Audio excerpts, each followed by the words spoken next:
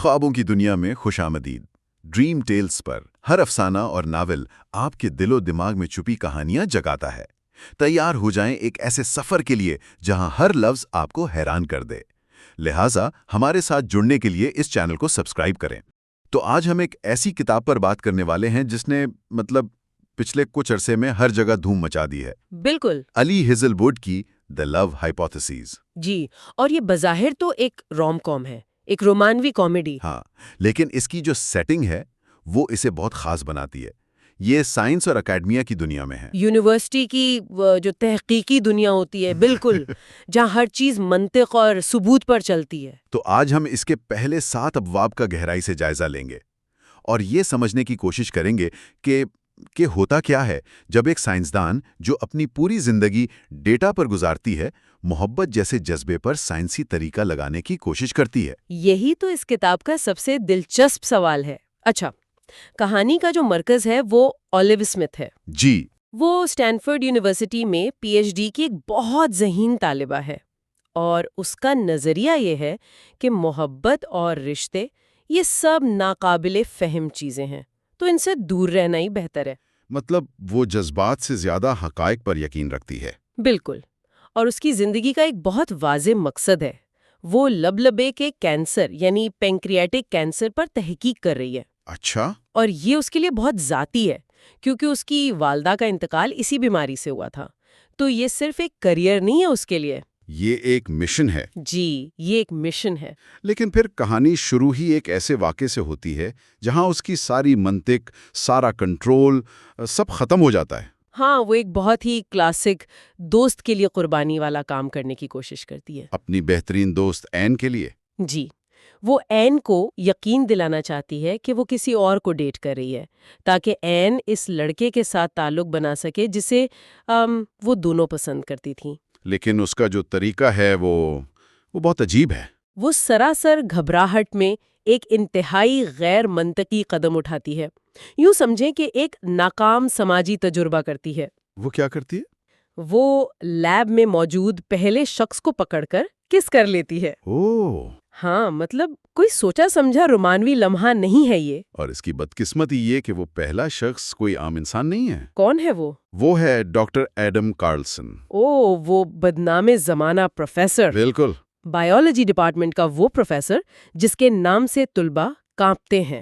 اسے ایک سخت، مغرور اور ناقابل برداشت انسان سمجھا جاتا ہے، اور جس کی ایک رائے کسی کا بھی کیریئر بنا یا بگاڑ سکتی ہے۔ جی، تو اولیو نے اپنی ایک چھوٹی سی سماجی مشکل کو حل کرنے کے لیے انجانے میں اپنے پورے کیریئر کو ہی داؤ پر لگا دیا ہے۔ یہ تو واقعی ایک افراتفری والا لمحہ ہے، لیکن شاید یہیں سے کہانی کا اصل تنازع شروع ہوتا ہے۔ بالکل، اس ایک کس کی وجہ سے پورے ڈپارٹمنٹ میں افواہیں پھیل جاتی ہیں، لیکن اولیو کی جو اصل پریشانی ہے وہ یہ افواہیں نہیں ہیں۔ اچھا؟ نہیں، اس کی اصل پریشانی اس کی تحقیق ہے۔ ایک پی ایچ ڈی طالب علم کے لیے تحقیق کا رک جانا مطلب کیریئر کی موت کے برابر ہے۔ صحیح۔ اسے بہتر لیب چاہیے، فنڈنگ چاہیے۔ جی، اور یہ کتاب اکیڈمیا کا یہ دباؤ بہت اچھے سے دکھاتی ہے۔ اسی مایوسی میں اسے ہارورڈ کے ایک ڈاکٹر ٹام بینٹن کی ای میل آتی ہے، جو اس کے کام میں دلچسپی ظاہر کرتا ہے۔ ہاں، تو یہ اس کے لیے ایک امید کی کرن ہوتی ہے۔ اسی لیے جب وہ ایڈم سے دوبارہ ملتی ہے اور وہ حیران کن طور پر اس کے ساتھ بہت نرمی سے پیش آتا ہے تو وہ اور بھی الجھ جاتی ہے۔ اور یہیں سے مجھے لگتا ہے اولیو ایک اور سائنسی حل نکالنے کی کوشش کرتی ہے۔ ہاں، اس کا پہلا تجربہ یعنی وہ قسط تو ناکام رہا، اور اس نے ایک نئی مشکل کھڑی کر دی۔ بالکل، تو اب وہ اس مشکل کو حل کرنے کے لیے ایک نیا مفروضہ یعنی ہائپوتھیسس پیش کرتی ہے۔ اور وہ مفروضہ ہے فیک ڈیٹنگ کا معاہدہ۔ جی، وہ ایڈم کو تجویز دیتی ہے کہ وہ کچھ عرصے کے لیے سب کے سامنے ایک جوڑے ہونے کا ڈرامہ کریں، تاکہ اس کی دوست این کو یقین آ جائے۔ اور جو چیز اسے اور دلچسپ بناتی ہے وہ یہ ہے کہ ایڈم وہ راضی ہو جاتا ہے۔ ہاں، یہ حیران کن ہے۔ اس کی کیا وجوہات ہیں؟ اس کی اپنی وجوہات ہیں۔ یونیورسٹی انتظامیہ کو لگتا ہے کہ وہ یہاں خوش نہیں اور شاید کہیں اور چلا جائے گا، تو ایک رشتہ اسے اسٹینفورڈ میں ٹکے رہنے کی وجہ دے سکتا ہے۔ اچھا، تو دونوں کا فائدہ ہے۔ ہاں، لیکن اس معاہدے کے جو اصول ہیں نا، ان سے اولیو کی سائنسی سوچ ظاہر ہوتی ہے۔ وہ اس بے قابو صورتحال پر قابو پانے کی کوشش کر رہی ہے۔ وہ اصول تو کمال کے ہیں۔ پہلا اصول یہ رشتہ صرف کیمپس تک محدود رہے گا۔ مطلب تجربے کا دائرہ کار محدود رکھنا؟ بالکل۔ اور دوسرا اصول، کوئی جسمانی تعلق نہیں ہوگا۔ یعنی ایک اہم متغیر، ایک ویریبل کو ہی مساوات سے نکال دینا؟ اور ایڈم کا اس اصول پر جو رد عمل ہے وہ بہت کچھ بتاتا ہے، وہ حیران ہوتا ہے۔ ہاں، لیکن اس لیے نہیں کہ اسے کوئی امید تھی، بلکہ اس لیے کہ اسے اولیو کی اس کوشش پر حیرت ہوتی ہے کہ وہ محبت جیسی چیز کو بھی اصولوں میں باندھنا چاہتی ہے۔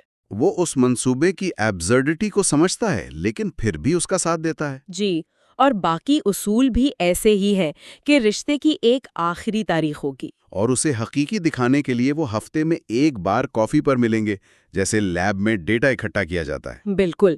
تو یہ معاہدہ دراصل ایک سائنسی تجربہ ہے جو محبت کی نقل کرنے کے لیے بنایا گیا ہے۔ لیکن ہم سب جانتے ہیں کہ ایسے تجربات میں نتائج اکثر غیر متوقع ہی آتے ہیں۔ جی، ان کی پہلی جعلی ڈیٹ ایک کافی شاپ پر ہوتی ہے۔ اولیو کو ڈر ہے کہ یہ بہت عجیب ہوگا کیونکہ ان میں کوئی بات مشترک نہیں ہے۔ لیکن یہیں پر ہمیں ان کے کرداروں کی گہرائی نظر آنا شروع ہوتی ہے۔ کیسے؟ جب بل دینے کی باری آتی ہے تو اولیو اپنی کافی کے پیسے خود دینے پر اصرار کرتی ہے۔ اچھا۔ یہ ایک چھوٹی سی بات لگتی ہے لیکن یہ اس کی خود انحصاری کی علامت ہے۔ خاص طور پر سٹیم جیسے شعبوں میں خواتین کے لیے خود کو برابر ثابت کرنا بہت اہم ہوتا ہے۔ صحیح کہا۔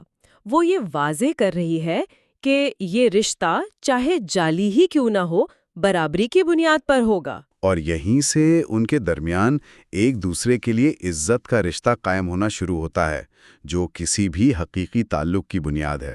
اور ان کے گفتگو بھی اولیو کی توقع کے بالکل برعکس ہوتی ہے۔ ہاں، وہ عجیب لیکن دلچسپ باتیں کرتے ہیں۔ ان کے درمیان ایک کیمسٹری بننا شروع ہو جاتی ہے۔ ایڈم، جسے سب ایک خشک مزاج اور سخت انسان سمجھتے ہیں، وہ کافی حاضر جواب اور دلچسپ ثابت ہوتا ہے۔ یہاں اولیو کا پہلا تاثر غلط ثابت ہونے لگتا ہے۔ بالکل، اور پھر یہ تجربہ اگلے مرحلے میں داخل ہوتا ہے جب وہ ایک سیمینار میں جاتے ہیں۔ ہاں، جہاں ماحول بہت دباؤ والا ہے۔ ہارورڈ سے آئے ڈاکٹر ٹام بینٹن تقریر کر رہے ہیں۔ اور اولیو اپنی تحقیق پیش کرنے کو لے کر شدید پریشانی کا شکار ہے۔ یہ امپوسٹر سنڈروم کی بہترین مثال ہے جو تعلیمی دنیا میں بہت عام ہے۔ اسے لگتا ہے کہ وہ اس قابل ہی نہیں ہے۔ اور اسی دباؤ بھرے ماحول میں ایڈم اس کا ساتھ دیتا ہے۔ ان کا وہ جو جعلی رشتہ ہے وہ اس بھیڑ میں ایک محفوظ جگہ کی طرح محسوس ہوتا ہے۔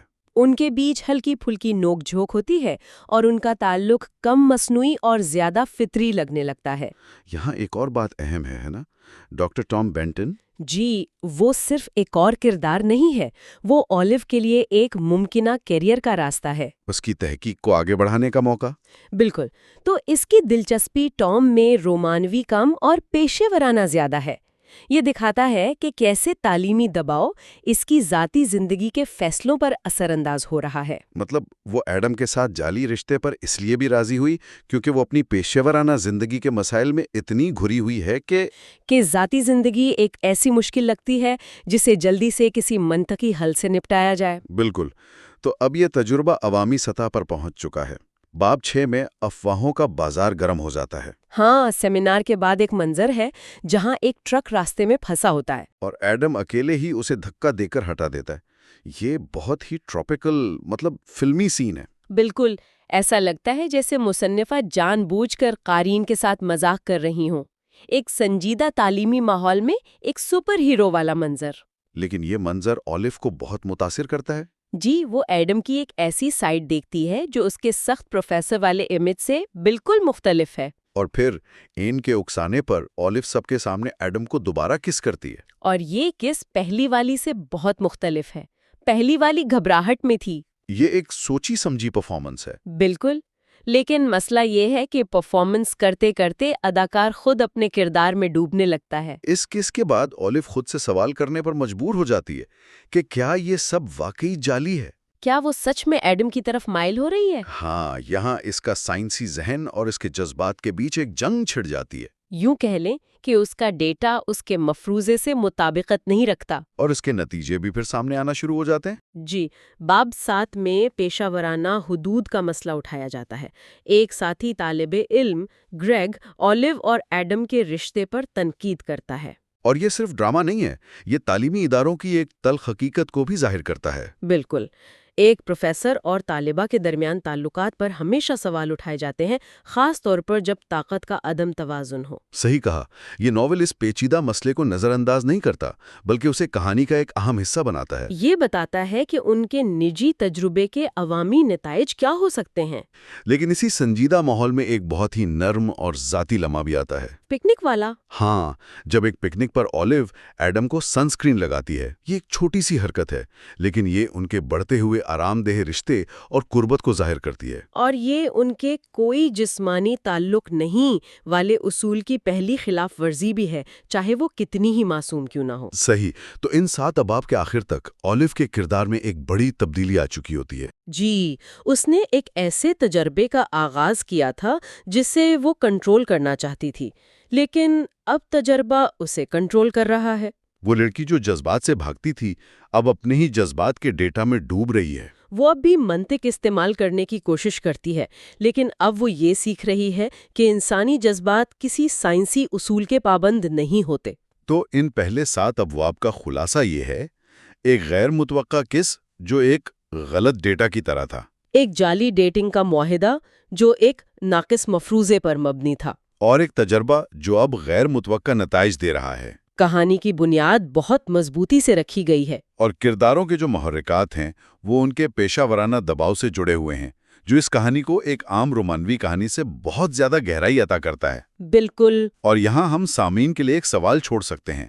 سائنس اور اکیڈیمیا جیسے ماحول میں جہاں ہر چیز ثبوت اور منطق پر مبنی ہوتی ہے، وہاں انسانی جذبات کی غیر متوقع نوعیت اپنی جگہ کیسے بناتی ہے؟ یہ ایک بہت گہرا سوال ہے۔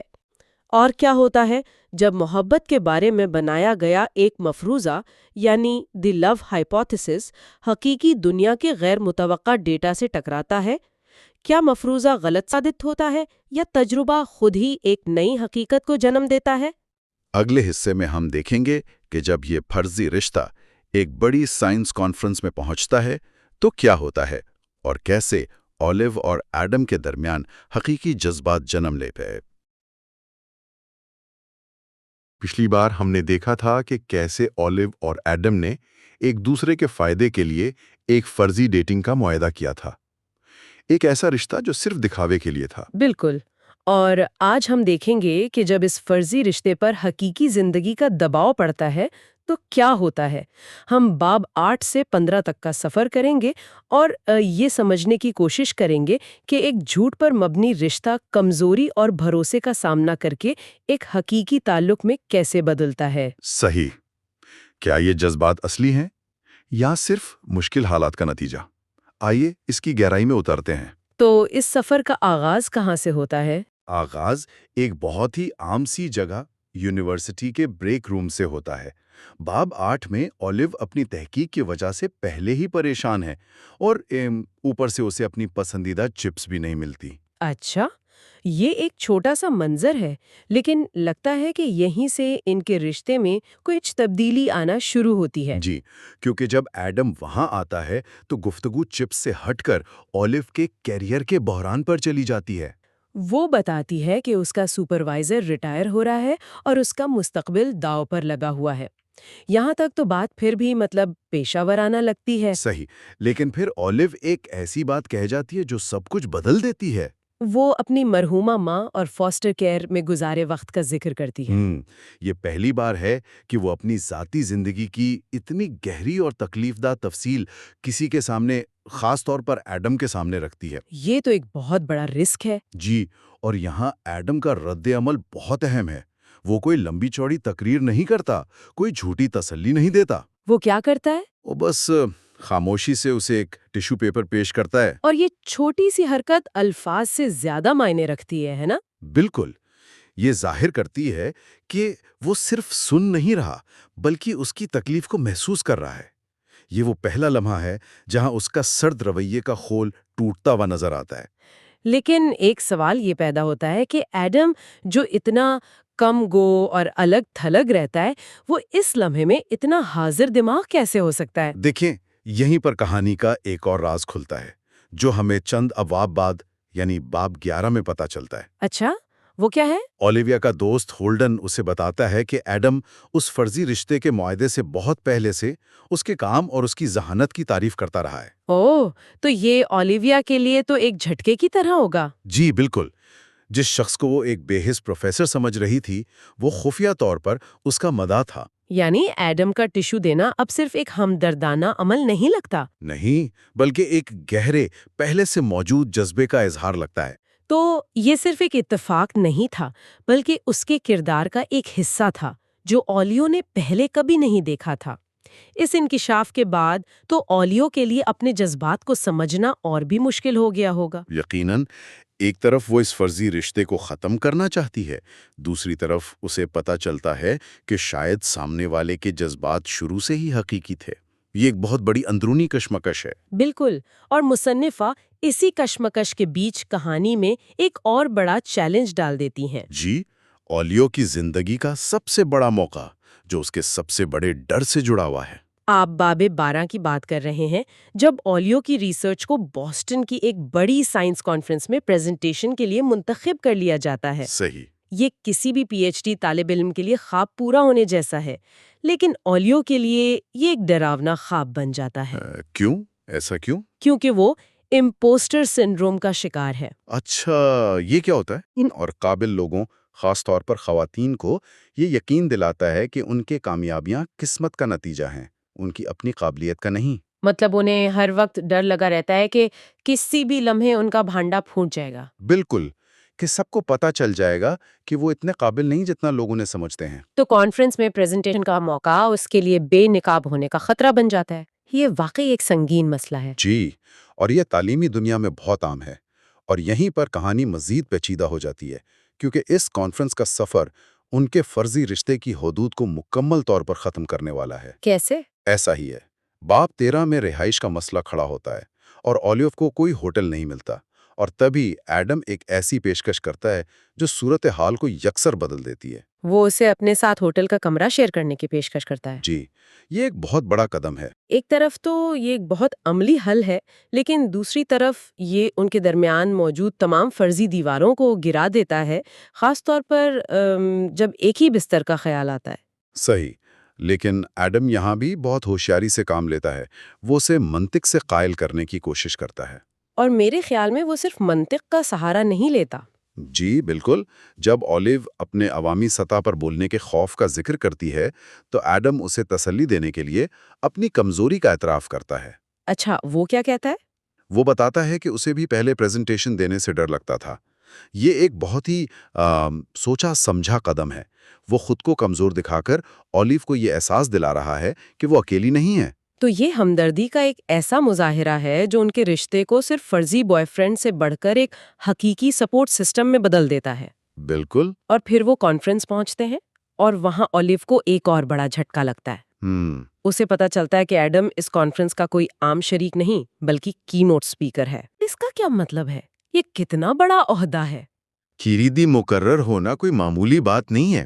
اس کا مطلب ہے کہ آپ اس کانفرنس کے سب سے بڑے، سب سے معتبر اور مرکزی مقرر ہیں۔ آپ اس فیلڈ کے ایک سپر سٹار ہیں۔ اوہ، تو اولیویو کے لیے یہ جاننا کہ اس کا فرضی بوائے فرینڈ دراصل تعلیمی دنیا کا ایک راک سٹار ہے، یہ تو اس کے امپوسٹر سنڈروم کو 1000 گنا بڑھا دیتا ہوگا۔ جی، اسے لگتا ہے کہ وہ اس قد کے انسان کے ساتھ کھڑی ہونے کے بھی قابل نہیں ہے۔ یہ تو کمال کی ستم ظریفی ہے۔ جس شخص کی موجودگی اسے حوصلہ دے رہی تھی، اسی کا مقام اب اسے مزید خوفزدہ کر رہا ہے۔ لیکن وہ ہمت کر کے اپنی پریزنٹیشن دیتی ہے اور بہت کامیاب رہتی ہے۔ لوگ اس کے کام کو سراہتے ہیں۔ لگتا ہے کہ سب کچھ ٹھیک ہو گیا، لیکن پھر کہانی میں ایک بہت تاریک موڑ آتا ہے۔ ہاں، ڈاکٹر ٹام بینٹن کا کردار سامنے آتا ہے۔ ٹام ایک ایسا سائنسدان ہے جسے اولیویو اپنا آئیڈیل مانتی تھی، اور اس کے ساتھ کام کرنے کی خواہشمند بھی تھی۔ جی، لیکن وہی شخص اس کے ساتھ نازیبا رویہ اختیار کرتا ہے، اس پر پیش قدمی کی کوشش کرتا ہے، اور جب اولیو اسے روکتی ہے تو وہ اس کی پوری کامیابی کو ایڈم کے ساتھ اس کے رشتے کا نتیجہ قرار دے دیتا ہے۔ بالکل، وہ کہتا ہے کہ تمہیں یہ موقع تمہاری قابلیت کی وجہ سے نہیں بلکہ اس لیے ملا کیونکہ تم ایڈم کارلسن کی گرل فرینڈ ہو۔ اف، یہ الفاظ تو اولیو کے سب سے بڑے خوف، اس کے امپوسٹر سنڈروم کو سچ ثابت کرنے کے مترادف ہیں۔ صحیح کہا، اور یہ واقعہ صرف ایک ویلن کا تعارف نہیں ہے، یہ تعلیمی دنیا میں موجود اس طاقت کے عدم توازن کو بنقاب کرتا ہے جہاں ایک سینئر سائنسداں کسی جونیئر کے کیریئر کو بنا یا بگاڑ سکتا ہے۔ یعنی مصنفہ یہاں رومانوی کہانی کے پردے میں ایک بہت سنجیدہ اور حقیقی مسئلے پر بات کر رہی ہیں۔ جی، ٹام کا حملہ صرف اولیو پر نہیں بلکہ اس کی پیشہ ورانہ شناخت پر ہے۔ اور جب اولیو بھاگ کر ایڈم کے پاس جاتی ہے تو یہ وہ لمحہ ہے جہاں ان کے رشتے کا فرضی حصہ میرے خیال میں مکمل طور پر مر جاتا ہے۔ بالکل، ایڈم کا رد عمل دکھاوے کے لیے نہیں ہوتا، وہ اس کی پریشانی کو دیکھ کر فوراً سمجھ جاتا ہے کہ کچھ بہت غلط ہوا ہے۔ یہاں ایڈم ایک حقیقی محافظ کے طور پر سامنے آتا ہے۔ وہ اولیو کو تسلی دیتا ہے، لیکن اس سے بھی اہم بات یہ ہے کہ وہ ایک سائنسدان کے طور پر اس کی قابلیت پر اپنے غیر متزلزل یقین کا اظہار کرتا ہے۔ وہ اسے یاد دلاتا ہے کہ وہ کتنی باصلاحیت ہے۔ اور یہ کہ اس کی کامیابی صرف اور صرف اس کی اپنی محنت کا نتیجہ ہے۔ یہ وہ الفاظ ہیں جن کی اولیو کو اس وقت سب سے زیادہ ضرورت تھی۔ اور یہ لمحہ ان کے رشتے کو سیمنٹ کی طرح پکا کر دیتا ہے۔ جی، اور اسی مضبوطی کے ساتھ ہم باب 15 میں داخل ہوتے ہیں جسے ایک اہم موڑ کا عنوان دیا گیا ہے۔ ٹام کے واقعے کے بعد ان کے درمیان کی تمام جھجک ختم ہو جاتی ہے۔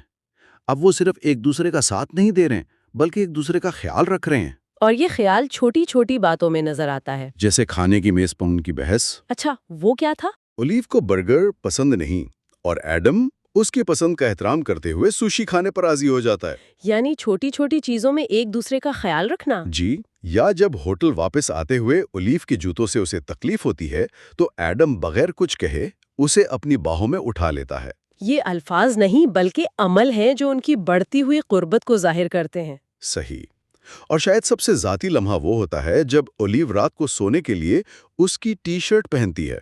یہ صرف ایک کپڑے کا ٹکڑا نہیں، یہ اعتماد اور راحت کی ایک بہت بڑی علامت ہے۔ تو کیا ہم یہ کہہ سکتے ہیں کہ اس باب کے اختتام تک فرضی رشتہ اب ایک ناقابل تردید حقیقت بن چکا ہے، چاہے انہوں نے ابھی تک زبان سے اس کا اقرار نہ کیا ہو؟ یقیناً، یہ واقعی ایک ٹرننگ پوائنٹ ہے۔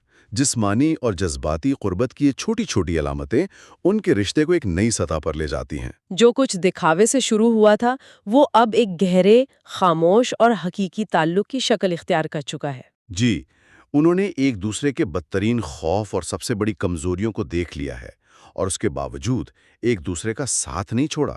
تو ان ابواب میں ہم نے دیکھا کہ کیسے تعلیمی دباؤ، ذاتی کمزوریاں اور ایک بیرونی خطرے نے اولیو اور ایڈم کو ایک دوسرے کے اتنا قریب لا کھڑا کیا جتنا وہ شاید کبھی سوچ بھی نہیں سکتے تھے۔ صحیح، ان کا رشتہ دکھاوے سے نکل کر حقیقی حمایت اور اعتماد کی شکل اختیار کر گیا ہے۔ کانفرنس کے واقعات نے خاص طور پر ان کے اس تعلق کو آزمایا اور ثابت کیا۔ بالکل، جو کچھ ایک جھوٹ سے شروع ہوا تھا اب ایک گہرے جذباتی لگاؤ میں بدل گیا ہے۔ لیکن مسئلہ یہ ہے کہ اس رشتے کی بنیاد اب بھی ایک جھوٹ پر قائم ہے نا؟ جی، اور ایڈم کو ابھی تک ٹام کی حرکت کا پورا سچ نہیں معلوم۔ اور یہی سوال ہمیں کہانی کے آخری حصے کی طرف لے جاتا ہے۔ اگلے اور آخری حصے میں ہم دیکھیں گے کہ کیا ٹام بینٹن کی حقیقت سب کے سامنے آئے گی اور کیا اولیو اور ایڈم کا یہ رشتہ اس بنیادی جھوٹ کے بوجھ تلے دب کر ٹوٹ جائے گا یا ایک نئی سچی شروعات کر پائے گا۔ جاننے کے لیے ہمارے ساتھ رہیں۔ پچھلی بار ہم نے دیکھا تھا کہ کیسے ان کا دکھاوے کا رشتہ گہرے احساسات میں بدل رہا تھا، لیکن ساتھ ہی ایکیڈیمیا کا دباؤ اور ڈاکٹر ٹام بینٹن کی صورت میں ایک خطرہ بھی بڑھ رہا تھا۔ بالکل، تو آج کی گفتگو اسی بارے میں ہے کہ جب سچائی سامنے آتی ہے تو ہوتا کیا ہے اور اس کے نتائج کیا نکلتے ہیں۔ تو آئیے شروع کرتے ہیں۔ کہانی کا یہ حصہ کافی کشیدگی سے بھرا ہوا ہے۔ اولیو اتفاق سے ایک ایسی ریکارڈنگ سن لیتی ہے جس میں اس کا دوست اور ساتھی ٹام بینٹن، وہی ٹام بینٹن جس پر وہ بھروسہ کرتی تھی، جی وہی، وہ اس کے بارے میں انتہائی تضحیک آمیز اور گھٹیا باتیں کر رہا ہوتا ہے۔ یہ اس کے لیے ایک بہت بڑا دھوکہ تھا۔ بہت بڑا، کیونکہ وہ اسے صرف ایک ساتھی نہیں ایک دوست سمجھتی تھی۔ اور دیکھیں، یہاں جو بات دلچسپ ہے وہ یہ ہے کہ یہ واقعہ تعلیمی میدان میں خواتین کو درپیش چیلنجز کی عکاسی کرتا ہے۔ ذریعہ ہمیں بتاتا ہے کہ ٹام کا رویہ صرف ذاتی حملہ نہیں، یہ تو سیدھا سیدھا پیشہ ورانہ ہراسوانی ہے۔ صحیح۔ اور اولیو کا جو خوف ہے نا، وہ یہ بھی دکھاتا ہے کہ ایسی صورتحال میں اکثر خواتین کیوں خاموش رہتی ہیں۔ اپنے کریئر پر پڑنے والے منفی اثرات کے ڈر سے۔ بالکل، اسی ڈر سے۔ اور یہی کشمکش تو اولیو کے اندر چل رہی تھی۔ وہ ایڈم کو بتانے سے ہچکچا رہی تھی، اسے ڈر تھا کہ اس سے ایڈم کے مستقبل پر کوئی آنچ نہ آئے جو بوسٹن جانے کا سوچ رہا تھا۔ جی، لیکن کیا یہ صرف ایڈم کا ڈر تھا؟ یا شاید یہ گہرا خوف بھی تھا کہ اس کی اپنی بات کو سنجیدگی سے نہیں لیا جائے گا؟ ہاں، یہ بھی تو ہے نا کہ اسے ہی ڈرامہ کوئین سمجھ لیا جائے گا۔ بالکل، یہ بہت سی خواتین کی حقیقت ہے، صرف اولیو کی کہانی نہیں۔ اور پھر وہ لمحہ آتا ہے جو کہانی کا سب سے اہم موڑ ہے۔ اولیو ہمت کر کے ایڈم سے ملنے جاتی ہے۔ اس ڈنر پر جہاں وہ ٹام کے ساتھ ہوتا ہے۔ جی، اور ایڈم جیسے ہی اولیو کی پریشانی بھانپتا ہے، وہ سب کو چھوڑ کر اس کی طرف متوجہ ہو جاتا ہے۔ یہ منظر کرداروں کی گہرائی کو ظاہر کرتا ہے۔ ایڈم کا اولیو کے لیے کھڑا ہونا اور ٹام کا مقابلہ کرنا صرف ایک رومانوی عمل نہیں، یہ پیشہ ورانہ ماحول میں طاقت کے غلط استعمال کے خلاف ایک واضح موقف بھی ہے۔ اور جب ٹام اولیو کی توضیح کرنے کی کوشش کرتا ہے تو ایڈم کا غصہ وہ تو بالکل پھٹ پڑتا ہے۔ ہاں، ذریعہ بتاتا ہے کہ ایڈم غصے میں ٹام کو دیوار سے لگا دیتا ہے۔ ایک کلاسک ہیرو والا لمحہ ہے نا؟ ہے تو، لیکن یہیں پر اولیو اسے روکتی ہے، یہ کہہ کر کہ تم اس سے بہتر ہو۔ اور یہ ہے اصل کہانی کا ٹرننگ پوائنٹ۔ کیسے؟ دیکھیں، وہ ایڈم کو یاد دلا رہی ہے کہ اصل طاقت جسمانی نہیں، اخلاقی ہوتی ہے۔ وہ اب صرف ایک مظلوم نہیں رہی، بلکہ وہ صورتحال کو سنبھالنے کے لیے تیار ہے۔ وہ اپنے خوف پر قابو پا کر خود کو ترجیح دے رہی ہے۔ بالکل، وہ اپنی کہانی کی ڈرائیور بن گئی ہے سناتی ہے۔ اور سچائی ثبوت کے ساتھ سامنے آ جاتی ہے۔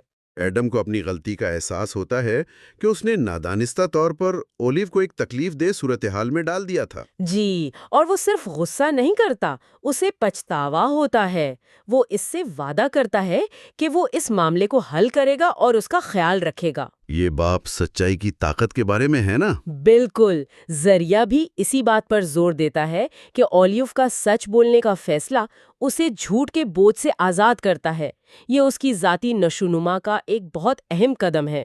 اور ایمانداری اور کمزوری کو تسلیم کرنے سے ان کا رشتہ اور مضبوط ہو جاتا ہے۔ جی، اب یہ دکھاوے کا رشتہ نہیں رہا، یہ ایک حقیقی اور گہرے تعلق میں بدل گیا ہے۔ اور اولیو کو یہ بھی احساس ہوتا ہے کہ ایڈم کی موجودگی اس کی زندگی میں ایک سکون کا باعث ہے، خاص طور پر تعلیمی دنیا کی افراتفری اور غیر یقینی صورتحال کے بیچ۔ وہ اس کے لیے ایک سہارا بن جاتا ہے۔ تو اب ہم کہانی کے سب سے جذباتی اور خوبصورت حصے پر پہنچ گئے ہیں، محبت کا اقرار۔ جی، ڈنر کے بعد اولیو اور ایڈم ایک ساتھ چل رہے ہوتے ہیں اور اولیو اپنے تمام ڈر اور خدشات کا اظہار کرتی ہے۔ لیکن وہ سیدھے سادے طریقے سے نہیں کر پاتی۔ نہیں، وہ ایک سائنسدان ہے آخر۔ وہ اپنے احساسات کو سمجھانے کے لیے ہائپوتھیسس ٹیسٹنگ کی اصطلاح ٹائپ 1 ایرر کا استعمال کرتی ہے۔ یہ تشبیہ بہت خوبصورت ہے۔ اس کا مطلب کیا ہے عام الفاظ میں؟ سائنس میں ٹائپ 1 ایرر کا مطلب ہے غلط مثبت، یعنی آپ کسی ایسی چیز پر یقین کر لیں جو حقیقت میں موجود نہ ہو، جیسے کوئی فائر الارم بج رہا ہو لیکن آگ نہ لگی ہو۔ واہ، تو وہ کہہ رہی ہے کہ کیا ہو اگر میری محبت حقیقی نہ ہو؟ بالکل، کیا ہو اگر میرا دل ایک خراب فائر الارم ہے؟ یہ اس کے ماضی کے خوف اور دوبارہ دل ٹوٹنے کے ڈر کی عکاسی ہے۔ یہ تو اپنے خوف کو بیان کرنے کا ایک بہت ہی گہرا طریقہ ہے۔ جی، یہ اس کے کردار کی گہرائی کو ظاہر کرتا ہے کہ وہ محبت جیسے جذبے کو بھی سائنسی نظریے سے سمجھنے کی کوشش کر رہی ہے۔ آخرکار وہ تمام خدشات کو پیچھے چھوڑ دیتی ہے اور اپنی محبت کا اعتراف کرتی ہے۔ وہ ایڈم سے ڈچ زبان میں کہتی ہے "اک ہاؤ فنجو ایڈم"، یعنی میں تم سے محبت کرتی ہوں۔ یہ ایک انتہائی طاقتور اور جذباتی لمحہ ہے۔ جی، اور ڈچ زبان کا انتخاب بھی بہت اہم ہے۔ وہ کیوں؟ کیونکہ یہ ان کی ذاتی زبان بن گئی ہے جو ان کی پیشہ ورانہ دنیا سے الگ ہے۔ یہ اقرار صرف 3 الفاظ نہیں ہے، یہ اولیو کی طرف سے خود کو مکمل طور پر قبول کرنے کا اظہار ہے۔ یہ اس بات کا ثبوت ہے کہ اس نے اپنے خوف پر قابو پا لیا ہے اور وہ ایک حقیقی ایماندارانہ رشتے کے لیے تیار ہے۔ تو دی لو ہائپوتھیسس کا یہ سفر سفر، ایمانداری کی فتح، اپنے لیے کھڑے ہونے کی اہمیت۔ اور اس بات پر ختم ہوتا ہے کہ محبت اکثر غیر متوقع جگہوں پر اور غیر متوقع لوگوں کے ساتھ ملتی ہے۔ بالکل۔ لیکن یہ کہانی ہمیں ایک آخری سوچ کے ساتھ چھوڑ جاتی ہے۔ وہ کیا؟